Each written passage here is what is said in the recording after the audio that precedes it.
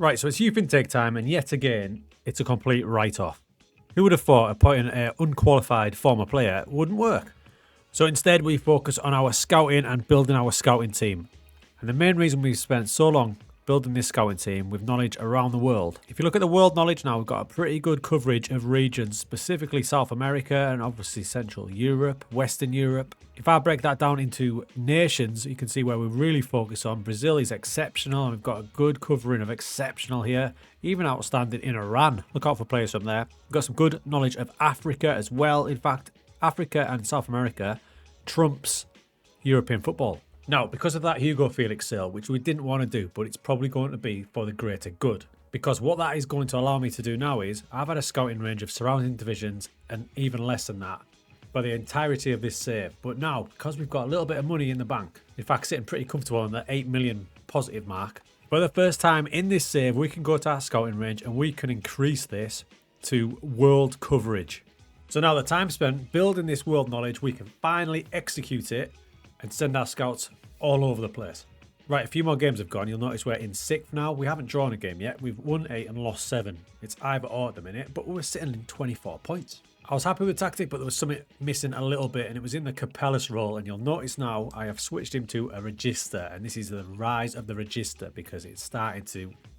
So the Reg, as we're going to call it, the Regista, is a more aggressive version than the deep line playmaker. You can see Capellas there. Now, if he's a deep line playmaker, he's going to probably sit there and just ping balls left and right. But because you've made him more aggressive now, and we're focusing on that Regista role, you can see that he's asking for the ball still, so he's still the focal point of your team. And now when he gets it, normally he'd give it and probably sit. But he gets it, pings a beautiful ball to the right-hand side. Now keep an eye on him as we get the ball down the right. Look where he is.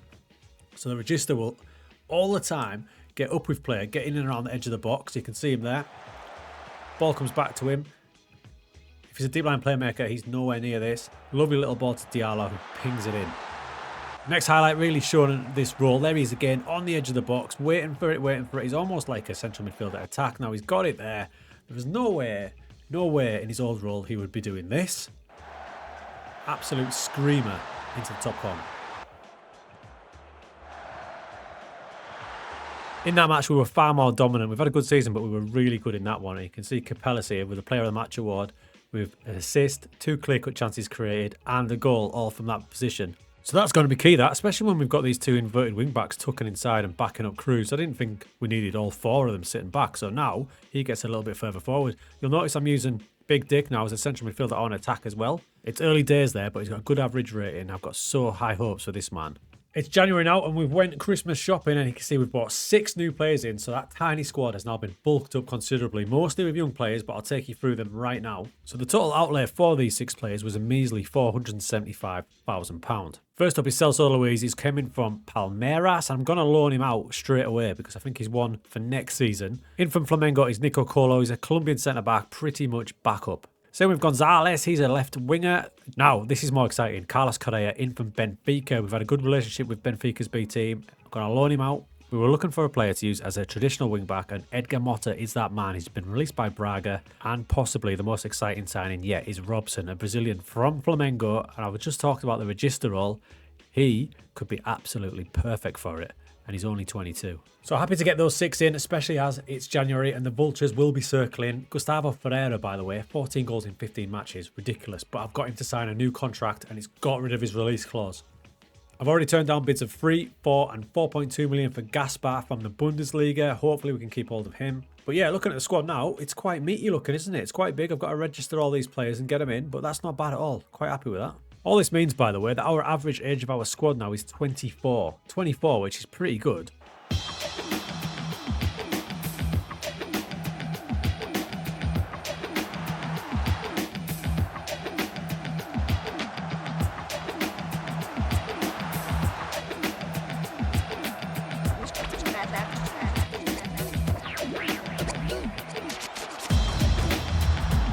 With that tweak to the tactic in place, we're now on an unbelievable run. We've won 7 in a row and hardly conceded any goals. 6 clean sheets out of 7. What this means is, after 20 matches, we're sitting 4th with 39 points and we still haven't drew a match. Transfer window is shut and we've completed our business now. 20 million in, 1.9 million spent, and a rake of youngsters from South America. Some players are really rising to it. Big Dick now has scored 4 goals from central midfield on attack. Attributes continue to go up. 19-year-old Brazilian Leandro has forced himself into the team now with 4 games with 7.42 average rating. So we've gone about our business nice and quietly, and I didn't even realise, because they didn't tell us we were in the quarterfinal, but we're actually in the semi-finals of the TATO de Portugal. And if you look at the other semi-final, it's Benfica Porto. We've got a chance to get the final here. There's 2 legs coming up. But this has been pure beast, this tactic. Ever since we moved him more aggressive, so he basically spends more time up here, meaning we have the free players, Cruz, the inverted wing back on both sides. They make the free, which releases Capellas to just bomb on with the 2 wingers and the central midfielder on attack. We've got Maini up here. You'll see he's up front at the minute because our boy Ferreira got injured. He's on his way back. I think he's got about 3 weeks left. But when he plays either as a Trequartista or a deep line forward. Doing all right. But there's a run on. We've just stopped our winning streak because we drew against Vitor Guimarães at home. But we've got Sporting next, and they are absolutely flying. If you look at the league table, we're just above them. They're in 5th, but we are the 2 form teams in the league. So this is going to be tricky, and it's away from home. This is a real benchmark game, this, because we're on a good run of form. How good are we, though? Because we're just getting rid of some teams that are in and around us. But this is Sporting, and it's away. Now, looking at their team, as scary as it looks, we'll try some things. By the way, my assistant manager is hilarious. This is why you should never use this Ask Assistant button up here. He's a nutter. Watch this. I can guarantee what he's going to say here. He's going to say, kill. So he's asked me to go in hard on about 7 players there. So we're just going to politely disregard what he has to say. Instead, what we're going to do is a 4-4-2, and I'm guessing that central midfielders, Goncalves has moved back to central midfield in his veteran years, and Fernandes, yeah, both of them have got passing and vision. So for both of them two, I'm going to tight mark. Now, outside of them, they've got Trincao, who's more of a playmaker, isn't he? He is. His bravery's only 8, so I will try and rough him up, so my assistant manager will be happy there. On the other side, we've got Zaragoza, whose photo's been taken with a Nokia 3310. Again, his bravery's pretty low as well, so we will go in hard on them too, so at least he'll be happy with that. The rest, I don't think I'm going to touch. I'm just going to have a quick look at the fullbacks. Yeah, we're just going to leave it. I've gone down the less is more approach on opposition instructions at the minute, so we'll see. A draw would be ideal in this one, but let's see. 2 form teams in the league. So there's about 40 seconds gone here. It's early stages of the match, and it's what you would call a dream start. Bamba is playing out of his skin at the minute. You can see the inverted wing back just playing it around. Maini's up front because Ferreira's still out. The force that beautiful move there. Bamba, our boy. 4 minutes gone now. A little cheeky free kick. Gaspar down the left-hand side, and Maini's in.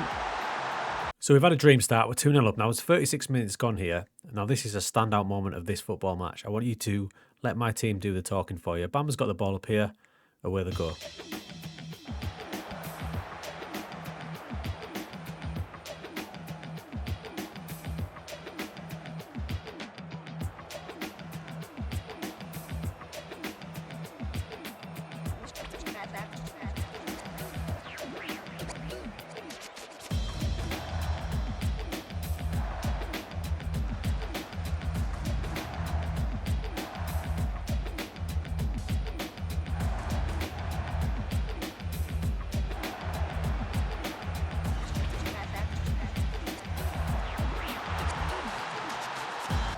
So all them passes later, they just cut them open like a knife through butter, and our Regista there to finish it off. It's beautiful.